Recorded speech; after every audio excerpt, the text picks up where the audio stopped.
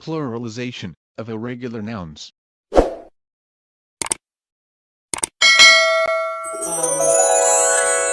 We also have irregular nouns. There are nouns na, we don't just add S. We actually change the spelling, di ba? Like child, di ba? Pag maraming child, ang plural niya hindi child, that's wrong. The plural of child is children. Pag maraming person, you can call it actually persons. There's nothing wrong with that. But, we can use the term people as well for plural of person. Man, we change the spelling to men. We change the A to E. Woman to women. Foot, feet. Mouse, mice. Ox, oxen.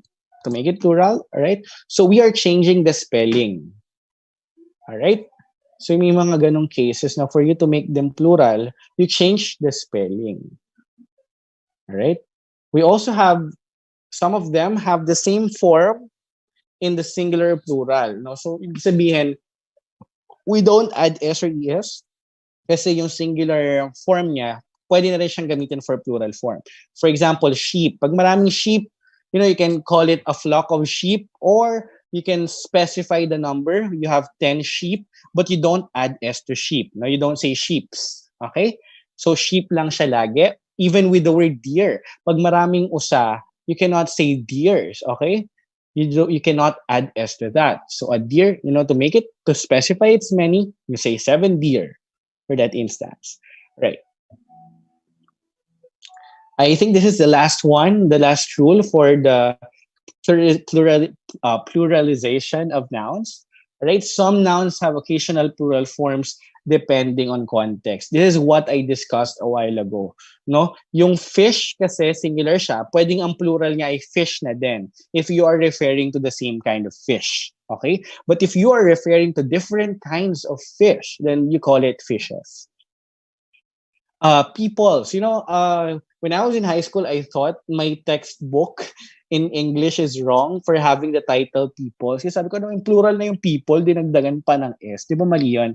But actually, I was wrong. It's only in college when I found out that, you can actually say peoples if you are referring to people from different ethnic groups. No? So that's pwede po.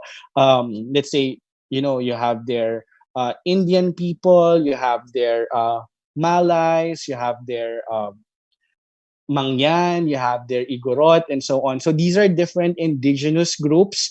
You can refer to them as peoples if they are representing different ethnic tribes. No? So how do we know kapag ganun dapat siya gamitin sa exam? Well, you have to read the sentence. If the sentence connotes that or denotes that, na we're referring to people from different race and culture, then dapat people siya. But if the sentence is simple in the exam, like there's some people who went to the party, then simpleng people lang siya, na plural ng person, which is people. Right? Food, again, I've mentioned this as an example a while ago. Kapag iba't ibang klase ng pagkain, you can call them foods. Pero, kahit ang dami mong kinakain, if you're just referring to one, if you're just referring, to a single serving, kahit iba-ibang pagkain yan, you just call it food. But if you're representing different cuisines, different kinds of food, you can call them foods, okay? Same with audience. Kapag kasabi mong audience, pwedeng madami na yun eh. Like my audience, pwedeng 1,000 plus na yan. But if you are referring to different kinds of audience from different places, from different situations and contexts, then pwede mo siyang gawing audiences. Nothing wrong with that. But again, you have to read the sentence. You have to understand yung mga sentence na may encounter nyo dun sa examination. Because it's by actually identifying or understanding the real meaning of the sentence that you can make the right decision whether to use the plural form of these nouns. Kasi pwede silang maging plural without adding S to them. Alright?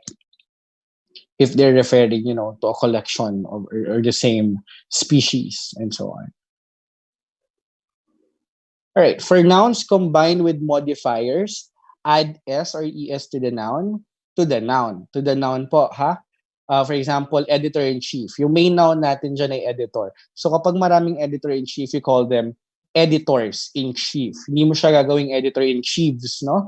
That's going to be wrong. No? So sister-in-law, ang plural niya, sisters in-law. You're not going to say sister-in-laws. No, that's wrong.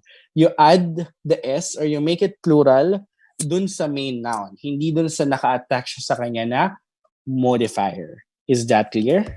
Hopefully you got some value out of this. If you did, please let us know in the comments section below. Thanks as always for watching our video. There will always be next lessons to come in the next one. God bless you.